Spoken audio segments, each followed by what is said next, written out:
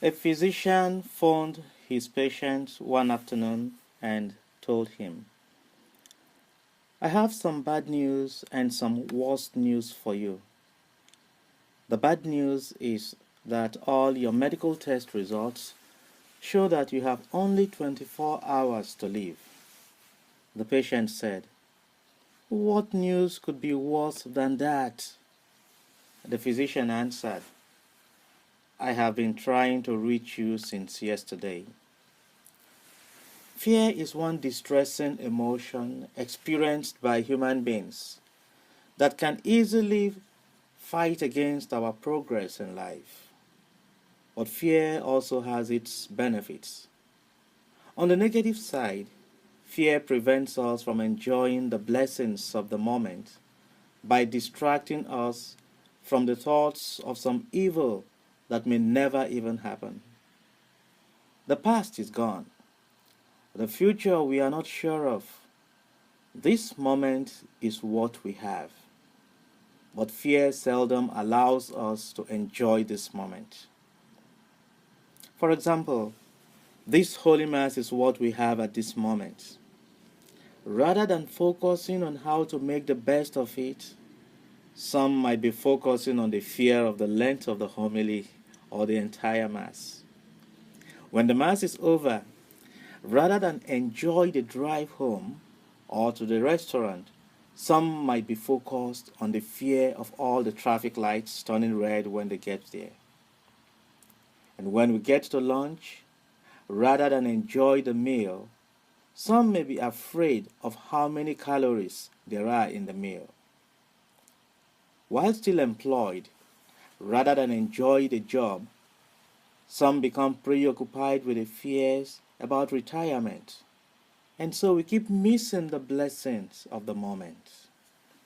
On the positive side, fear motivates us, fear helps us, and it protects us against evil. Fear helps to motivate us to protect ourselves and even to protect our loved ones from evil. It stimulates us emotionally to prepare for fight or flight. The fear of the future helps us to prepare well for any given task. Considering the negative effects of fear on us, the Bible continues to admonish us not to be afraid. This comes up both in the Old Testament and in the New Testament. For example, the prophet Isaiah chapter 41 verse 10 reads, "Fear not, for I am with you. Be not dismayed, for I am your God. I will give you strength. I will bring you help. I will uphold you with the right hand of my justice."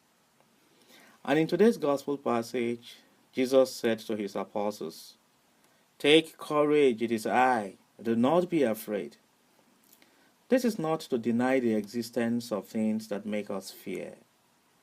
It is, however, an acknowledgement of the existence of a greater power over the cause of our fears. When Jesus told his apostles in today's gospel passage, "Do not be afraid," he gave them the reason why they should not be afraid. That is, it is I. When Jesus said, "It is I," he was appealing to his track record. It was a way of reminding his apostles of the things he had done in the past. He had just fed the multitude. He delivered those with demonic possessions. He healed the blind and the mute. "It is I" was a way of saying that the same I who did it before is still present and will do more. Jesus was challenging his apostles to consult their strength rather than their fear. It was in response to this that Peter challenged Jesus to bid him walk on water. As long as Peter kept consulting his strength, who is Jesus, he kept walking on water. But as soon as he started consulting his fears, focusing on the wind and the river, he took his attention away from Jesus. He took his attention away from the source of his strength, and he began to sink. But to his credit, he remembered Jesus as his strength, and he called out, "Save me, Lord!" and he was rescued. Today's gospel passage demonstrates clearly that God never abandons us in our troubles. When the boat of the apostles was being tossed by the waves, Jesus, whom they thought was far away, came to their rescue. The boat is also a symbol for the church, which transports us on our journey through the world back to God.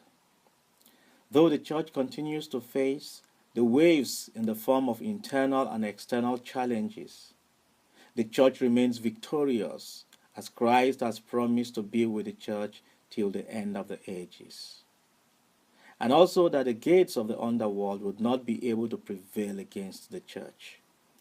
And even as individuals, the same assurance stands for us.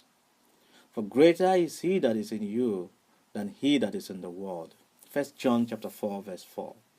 And if God is with us, who shall be against us? Romans chapter 8, verse 31. The antidote to fear is faith in the God who is always with us. To help us fight fear, God gave us the gift of his eternal presence. He expressed this perfectly well when his word became flesh to live among us as Emmanuel, God with us. Let me leave you with the story of little Jack.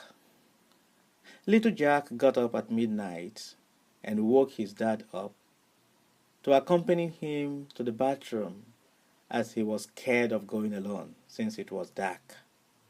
His dad encouraged him to go alone and that nothing would harm him. But Jack would not take that for an answer. When pressure from Jack became unbearable, his dad told him, "Jack, go and leave the door open. I'll be watching you from here and nothing will happen to you."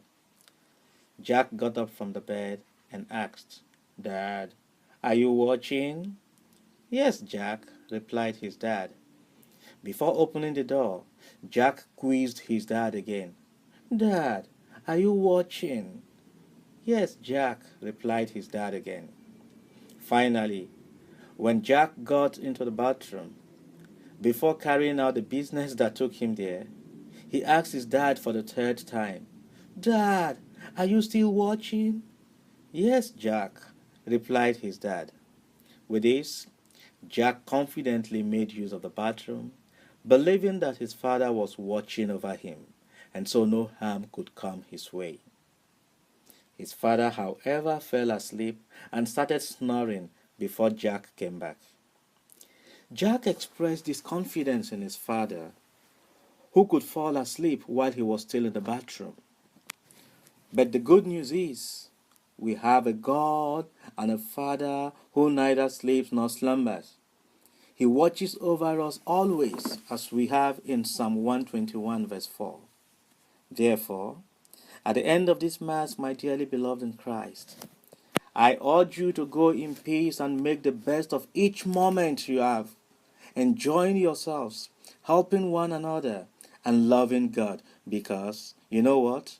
The Lord is with you.